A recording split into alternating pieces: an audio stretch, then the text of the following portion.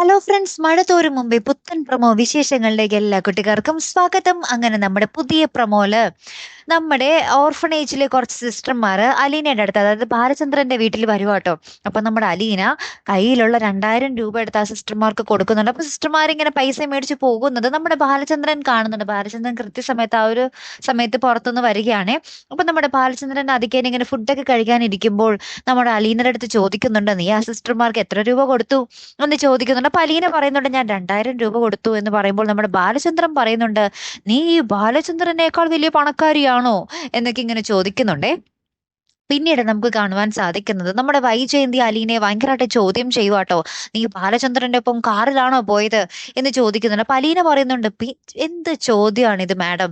പിന്നെ ബാലചന്ദ്രൻ സർ കാറിലും ഞാൻ ആ കാറിന്റെ പുറകെ നടന്നും പോണായിരുന്നോ എന്ന് ചോദിക്കുന്നുണ്ട്. അപ്പൊ നമ്മുടെ വൈജയന്തി പറയുന്നുണ്ട്, നിനക്ക് ഈയിടെയായിട്ട് തർക്കുത്തരം കുറെ കൂടുന്നുണ്ട്, ഇങ്ങനെയാണെങ്കിൽ ഞാനിവിടെ നിർത്തത്തില്ല, നിന്നെ ഞാൻ പറപ്പിക്കും എന്ന് പറയുന്നുണ്ട്. അപ്പൊ അലീന പറയുന്നുണ്ട്, മാഡം പറഞ്ഞാലൊന്നും ഞാൻ ഇവിടെ നിന്നും പോകില്ല എന്ന് പറയുക കേട്ടോ.